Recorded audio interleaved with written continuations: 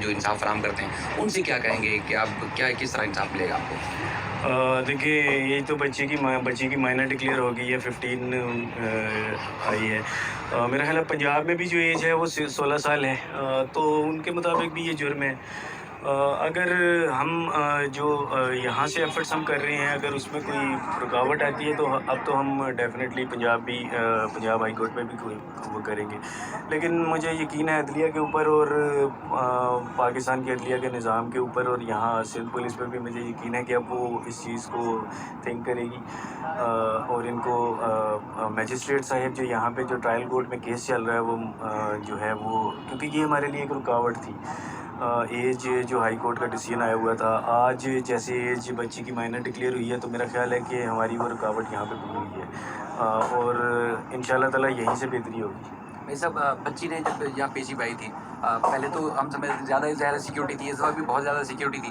اس نے اگنور کیا، مطلب ایسا نہیں لگ رہا تھا کہ اس نے ہلکی سی کوشش بھی کی ہو جسو کی ہو کہ ماں باپ کو دیکھ لے، ایک نظر دیکھ ہی لیتا ہے. ایک وہ کیا وجہ ہو سکتی ہے؟ دوسرا مختلف سوشل میڈیا کے دوستوں نے انٹرویوز دیے، اس میں اس نے 2-3 چیزیں کہی. ایک تو یہ ہے کہ اگر شادی کی گھر سے نہ بھاگتی تو خودکشی کر لیتی.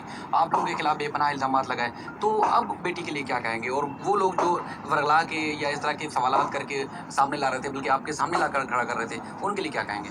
دیکھیے جو بچی سے میں پہلے دن سے یہی کہہ رہا ہوں، جو بچی سے بلوایا گیا ایک ریٹن سٹیٹمنٹس اس کو لکھ کر دی گئی کہ یہ بولنا ہے وہی بولا اس نے.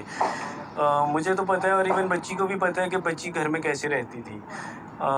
ایسا کوئی بالکل بھی کچھ نہیں تھا. اور آپ کو پتہ ہے کہ اگر بچی یہ اینڈ سٹیپ ہوتا ہے کوئی بچی گھر سے چلی جاتی ہے، یہ اس وقت ہوتا ہے جب بچی اپنے گھر کے اندر یہ بات شیئر کرتی ہے ماں باپ سے اور اینڈ رزلٹ کے طور پہ اس کو نہ کر دی جاتی ہے. بالکل لاسٹ ایکسٹریم سٹیپ وہ یہ لیتی ہے. لیکن اس کیس میں یہ ایسی کوئی بات تھی ہی نہیں.